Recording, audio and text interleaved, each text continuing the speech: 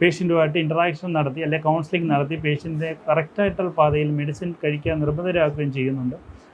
അതിൻ്റെ ഫലമായിട്ട് പേഷ്യൻറ്റിനെ നമുക്ക് വൈറൽ ലോഡ് എങ്ങനെ കൺട്രോൾ ചെയ്യാമെന്നുള്ളതിനെക്കുറിച്ചും നമ്മൾ പേഷ്യൻറ്റുമായിട്ട് ഡിസ്കസ് ചെയ്യുന്നു. പേഷ്യൻറ്റിനെ മെഡിസിൻ്റെ ആവശ്യകത, അതിൻ്റെ ഇമ്പോർട്ടൻസ് പറഞ്ഞ് മനസ്സിലാക്കുകയും ചെയ്യുകയും ചെയ്ത് പേഷ്യൻറ്റിനെ മരുന്ന് കഴിക്കാൻ പ്രാപ്തമാക്കുകയും ചെയ്യുന്നതാണ് ആദ്യഘട്ടം. HIV പോസിറ്റീവ് എന്ന് പറഞ്ഞാൽ എന്താണ് എന്നീ കാര്യങ്ങളെക്കുറിച്ച് പിയർ കൗൺസിലർ വളരെ വിശദമായി പറയുകയും അവർക്ക് വേണ്ട സപ്പോർട്ടുകളും പിയർ കൗൺസിലിംഗ് നൽകുകയും ചെയ്യുന്നു. നമസ്കാരം, എൻ്റെ പേര് മനോജ്. ഞാൻ തിരുവനന്തപുരം ART സെൻറ്ററിലെ ഉഷസ് കേന്ദ്രത്തിലെ കൗൺസിലറാണ്. കഴിഞ്ഞ കുറേ വർഷമായിട്ട് ഇവിടെ കൗൺസിലറായിട്ട് വർക്ക് ചെയ്യുന്നു.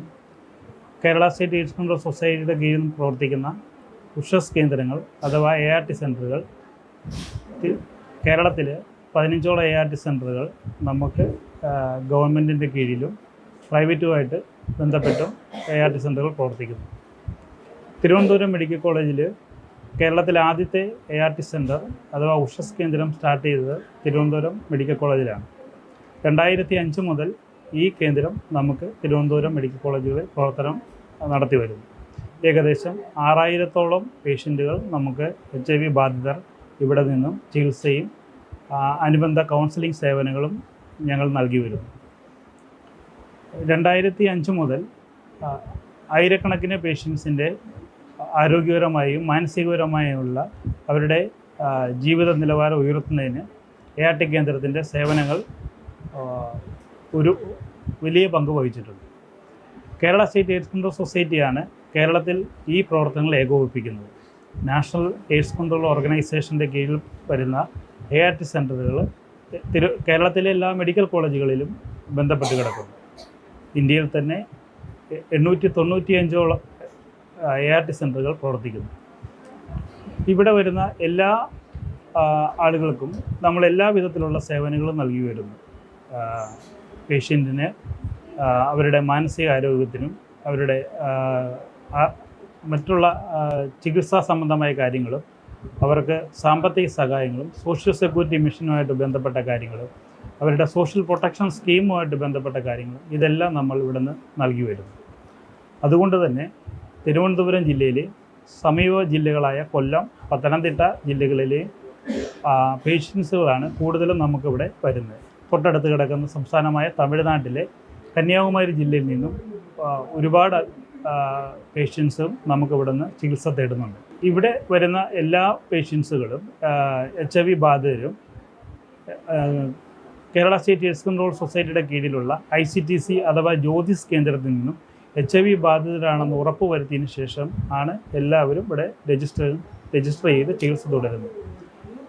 ഇവിടെ നൽകുന്ന ചികിത്സകൾ പ്രധാനമായിട്ടും നൽകുന്ന എല്ലാ ചികിത്സകളും സൗജന്യ നിരക്കിലാണ് രോഗികൾക്ക് നൽകി വരുന്നത്. ART മെഡിസിനും അനുബന്ധ ചികിത്സകളും അനുബന്ധ ടെസ്റ്റുകളും എല്ലാം നമ്മൾ സൗജന്യ നിരക്കിൽ രോഗികൾക്ക് നൽകി വരുന്നു.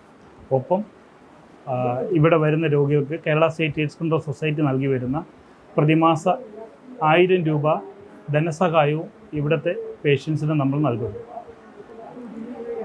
അതോടൊപ്പം തന്നെ പേഷ്യൻസിൻ്റെ ഒരു കൂട്ടായ്മ തിരുവനന്തപുരം ജില്ലയിൽ പ്രവർത്തിക്കുന്നുണ്ട്. CSC എന്നറിയപ്പെടുന്നത് കേരള സ്റ്റേറ്റ് എയ്ഡ്സ് കൺട്രോൾ സൊസൈറ്റിയുടെ കീഴിൽ അവരുടെ കീഴിൽ പ്രവർത്തിക്കുന്ന CSC സെൻറ്ററുകൾ HIV ബാധിത ഒരു കൂട്ടായ്മയെ പ്രവർത്തിക്കുന്നു. അവർക്ക് വേണ്ട സഹായങ്ങൾ പിയർ കൗൺസിലും അതുപോലെ വേണ്ട മറ്റ് സോഷ്യൽ സെക്യൂരിറ്റി സംബന്ധമായ കാര്യങ്ങളും അവർക്ക് നൽകി വരുന്നത് ഈ സംഘടന വഴിയാണ്. അവരും ART സെൻറ്ററും ഉഷസുമായിട്ട് ചേർന്നാണ് പ്രവർത്തിക്കുന്നത്. ഒപ്പം നമ്മുടെ എല്ലാ പ്രവർത്തനങ്ങളും മോണിറ്റർ ചെയ്യുന്നതിന് കേരള സ്റ്റേറ്റ് എയ്ഡ്സ് കൺട്രോൾ സൊസൈറ്റിയുടെ എല്ലാ ജീവനക്കാരും ആത്മാർത്ഥമായി സഹകരിക്കുന്നു, പ്രവർത്തിക്കുന്നുമുണ്ട്. നമ്മളെ നിരന്തരം മോണിറ്റർ ചെയ്യുന്നത് കേരള സ്റ്റേറ്റ് എയ്ഡ്സ് കൺട്രോൾ സൊസൈറ്റിയാണ്. നാഷണൽ എയ്ഡ്സ് കൺട്രോൾ സൊസൈറ്റിയുടെ കീഴിൽ വരുന്ന കേരള സ്റ്റേറ്റ് എയ്ഡ്സ് കൺട്രോൾ സൊസൈറ്റിയാണ് കേരളത്തിലെ HIV പ്രവർത്തനങ്ങൾ ഏകോപിപ്പിക്കുന്ന കേരളത്തിലെ ഗവൺമെൻറ് സംഘടന. ഉഷസ് കേന്ദ്രത്തിൽ അഥവാ ART സെൻറ്ററിൽ ഒരു പേഷ്യൻ്റ് എത്തിക്കഴിഞ്ഞാൽ ഞാൻ നേരത്തെ സൂചിപ്പിച്ച പോലെ ICTC അഥവാ ജ്യോതിസ് കേന്ദ്രത്തിൽ നിന്നും HIV ബാധിതരാണെന്നുള്ള ഒരു സർട്ടിഫിക്കറ്റ് അല്ലെങ്കിൽ HIV ബാധിതരാണെന്നുള്ള ഉറപ്പുവരുത്തിയതിന് ശേഷം ART സെൻറ്ററിലോട്ട് റെഫർ ചെയ്യപ്പെടുന്ന ഒരു പേഷ്യൻ്റ് ARTയിൽ വിസിറ്റ് ചെയ്യുമ്പോൾ അല്ലെങ്കിൽ ഉഷസിൽ വരുമ്പോൾ ആദ്യം കാണുന്ന വ്യക്തി ARTയിലെ കെയർ കോർഡിനേറ്റർ ആയിരിക്കും.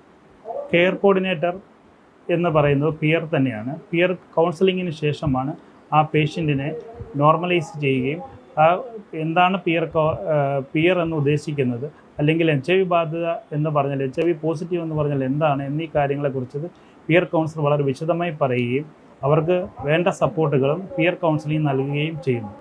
അതിനുശേഷം ആ പേഷ്യൻറ്റിനെ ART കൗൺസിലേഴ്സിൻ്റെ അടുത്തോട്ട് റെഫർ ചെയ്യപ്പെടുകയും ആ പേഷ്യൻറ്റ്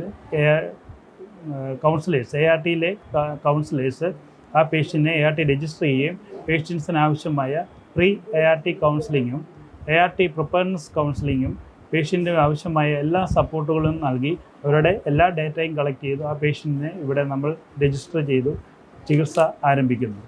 അതിനുശേഷം പേഷ്യൻറ്റിനെ ART കൗൺസിലിംഗ് രജിസ്ട്രേഷന് ശേഷം പേഷ്യൻറ്റിനെ നമ്മൾ ചികിത്സയുടെ ഭാഗമായി ഇവിടുത്തെ ARTയിലെ ഉഷസിലെ മെഡിക്കൽ ഓഫീസർ അടുക്കലേക്ക് അയക്കുകയും ആ മെഡിക്കൽ ഓഫീസർ രോഗികളെ പരിശോധിക്കുകയും HIV ബാധിതരെ പരിശോധിക്കുകയും അവർക്ക് ആവശ്യമായ ഇമ്മീഡിയറ്റ് ആയിട്ട് ആവശ്യമായ എല്ലാ സൗകര്യങ്ങളും എല്ലാ ചികിത്സകളും നൽകുകയും അവർക്ക് ആവശ്യമായ രക്തപരിശോധന അഥവാ അവർക്ക് ആവശ്യമായ CD4 test, viral load test, base line investigations എല്ലാത്തിനും പേഷ്യൻ്റ് നീഡ് അനുസരിച്ച് അവരെ നമ്മൾ മറ്റ് സ്ഥലങ്ങളിൽ റെഫർ ചെയ്യുകയും അവർക്ക് വേണ്ട സൗകര്യങ്ങൾ ചെയ്തു കൊടുക്കുകയും ചെയ്യുന്നു.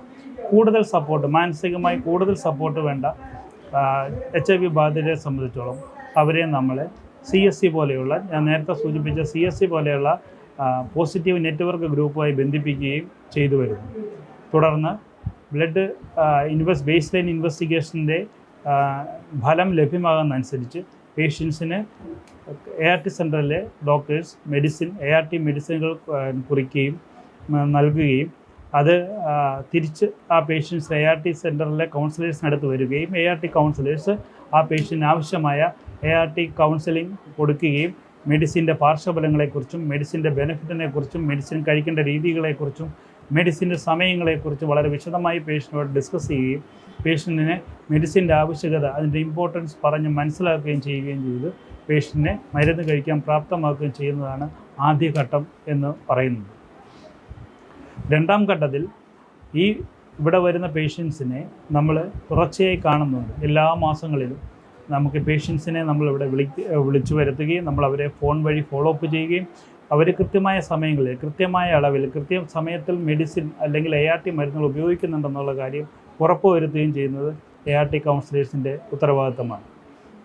അതിൻ്റെ ഭാഗമായി എല്ലാ ART കൗൺസിലേഴ്സും ഈ വരുന്ന പേഷ്യൻസിനെ ടെലിഫോൺ വഴി കോൺടാക്റ്റ് ചെയ്യുകയും അല്ലെങ്കിൽ അവരെ ഇവിടെ എത്താൻ പറ്റുന്ന ആൾക്കാരെ ഇവിടെ വിളിച്ചു വരുത്തി നേരിട്ട് കൗൺസിലിംഗ് കൊടുക്കുകയും ചെയ്യുന്നത് വഴി പേഷ്യൻസിന് ഈ ചികിത്സയുടെ ഇമ്പോർട്ടൻസ് അല്ലെങ്കിൽ ഇതിൻ്റെ ഒരു ആവശ്യകത അവർക്ക് മനസ്സിലാവുകയും അവർ ലൈഫ് ലോങ് അല്ലെങ്കിൽ ജീവിതാവസാനം വരെ മെഡിസിൻ കഴിക്കേണ്ട ആവശ്യകത അവർ മനസ്സിലാക്കുകയും കണ്ടിന്യൂ ചെയ്യുകയും ചെയ്യുന്നുണ്ട്.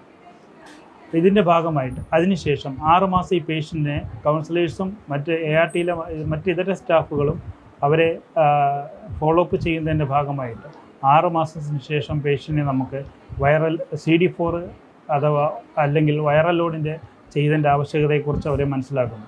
6 മാസത്തിന് ശേഷം പേഷ്യൻ്റ് മെഡിസിൻ കഴിച്ച ശേഷം നമ്മൾ അവരെ വൈറൽ ലോഡ് അഥവാ അല്ലെങ്കിൽ CD4 വേണ്ടി ഡോക്ടർമാർ ARTയിലെ മെഡിക്കൽ ഓഫീസർമാർ റെഫർ ചെയ്യുകയും ARTയിലെ ലാബ് ടെക്നീഷ്യൻ അവരുടെ CD4 വൈറൽ ലോഡും ആവശ്യമുള്ള ബ്ലഡ് അല്ലെങ്കിൽ ആവശ്യമുള്ള സൗകര്യം ചെയ്തു കൊടുക്കുകയും അത് അവിടെ കളക്ട് ചെയ്യുകയും ചെയ്യുന്നു.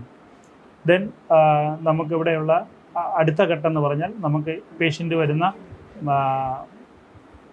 വൈറൽ ലോഡ് CD4 റിസൾട്ടുകളാണ് നമുക്ക് ഉള്ളത്. വൈറൽ ലോഡ് CD4 റിസൾട്ടുകൾ കിട്ടിയതിന് ലഭ്യമായതിനു ശേഷം ART കൗൺസിലറും ARTയിലെ സ്റ്റാഫ് നഴ്സും അതുപോലെ തന്നെ മെഡിക്കൽ ഓഫീസറും ആ റിസൾട്ടുകൾ അനലൈസ് ചെയ്യുകയും അതിന് വൈറൽ ലോഡ് കൂടിയ പേഷ്യൻസിനെ അതിൻ്റെ കാരണങ്ങൾ കണ്ടെത്തുകയും അതെങ്ങനെ കുറയ്ക്കാൻ പറ്റുമെന്നും എങ്ങനെ മെഡിസിൻ്റെ സാധ്യതകളെക്കുറിച്ചും മെഡിസിൻ കഴിക്കേണ്ട രീതികളെക്കുറിച്ചും അനലൈസ് ചെയ്യുകയും പേഷ്യൻറ്റുമായിട്ട് ഇൻറ്ററാക്ഷൻ നടത്തി അല്ലെങ്കിൽ കൗൺസിലിംഗ് നടത്തി പേഷ്യൻറ്റിനെ കറക്റ്റായിട്ടുള്ള പാതയിൽ മെഡിസിൻ കഴിക്കാൻ നിർബന്ധരാക്കുകയും ചെയ്യുന്നുണ്ട്. അതിൻ്റെ ഫലമായിട്ട് പേഷ്യൻറ്റിനെ നമുക്ക് വൈറൽ ലോഡ് എങ്ങനെ കൺട്രോൾ ചെയ്യാമെന്നുള്ളതിനെക്കുറിച്ചും നമ്മൾ പേഷ്യൻറ്റുമായിട്ട് ഡിസ്കസ് ചെയ്യുന്നുണ്ട്. അടുത്തുള്ള എന്ന് പറഞ്ഞാൽ നമുക്ക് ഇവിടെയുള്ള സ്റ്റാഫിൻ്റെ എണ്ണമാണ്. ഞാൻ നേരത്തെ സൂചിപ്പിച്ച പോലെ തന്നെ ഒരു പേഷ്യൻ്റ് ആദ്യം വന്നു കഴിഞ്ഞാൽ കെയർ കോർഡിനേറ്റർ എന്ന് പറഞ്ഞ തസ്തികയിലുള്ള ആളെയാണ് ആദ്യം കാണുന്നത്. അവരൊരു പിയർ ആയതുകൊണ്ടാണ് അവരെ തന്നെ കാണുന്നത്. കാരണം പുതിയതായിട്ട് ഒരാൾ HIV ബാധിതരായിട്ട് വരുമ്പോൾ അവർക്ക് കുറച്ചും കൂടെ മാനസികമായ ഒരു സപ്പോർട്ട് കിട്ടുന്നത് പിയർ ഗ്രൂപ്പിൽ നിന്നാണ്, അതുപോലെ പിയർ കൗൺസിലിംഗ് വഴിയായിരിക്കും. അതിനുശേഷം കൗൺസിലറെ കാണുന്ന പേഷ്യൻ്റ് ഡോക്ടറെ കണ്ടതിന് ശേഷം staff nurse, then lab technician, അതുപോലെ തന്നെ ഫാർമസിസ്റ്റിനെ കണ്ടതിന് ശേഷമാണ് പേഷ്യൻ്റ് ഈ ART വിട്ട് വെളിയിൽ പോകുന്നത്. അതിനുശേഷം ARTയിലെ ഡാറ്റ മാനേജേഴ്സ് ഈ പേഷ്യൻസിൻ്റെ ഡേറ്റാസ് എല്ലാം കളക്ട് ചെയ്ത് അവർ നമ്മുടെ റെക്കോർഡിലോട്ട് മാറ്റുകയും ആ പേഷ്യൻ്റെ എല്ലാ വിവരങ്ങളും നമ്മുടെ ഡിജിറ്റൽ റെക്കോർഡിലോട്ട് കീപ്പ് ചെയ്യുകയും ചെയ്യുന്നത് ഡാറ്റ മാനേജേഴ്സാണ്.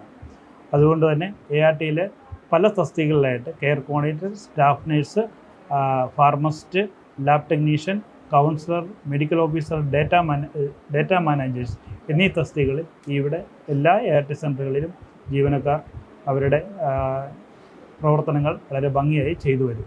HIV അണുബാധ സന്തോഷപൂർണമായ ഒരു ജീവിതത്തിന് തടസ്സമല്ല. HIV അണുബാധയ്ക്ക് ഫലപ്രദമായ ചികിത്സ ഇന്ന് ലഭ്യമാണ്. ഇതിന് യഥാസമയം അണുബാധ കണ്ടെത്തുന്നതും കാലേക്കൂട്ടി ചികിത്സ നടത്തേണ്ടതും അത്യാവശ്യമാണ്.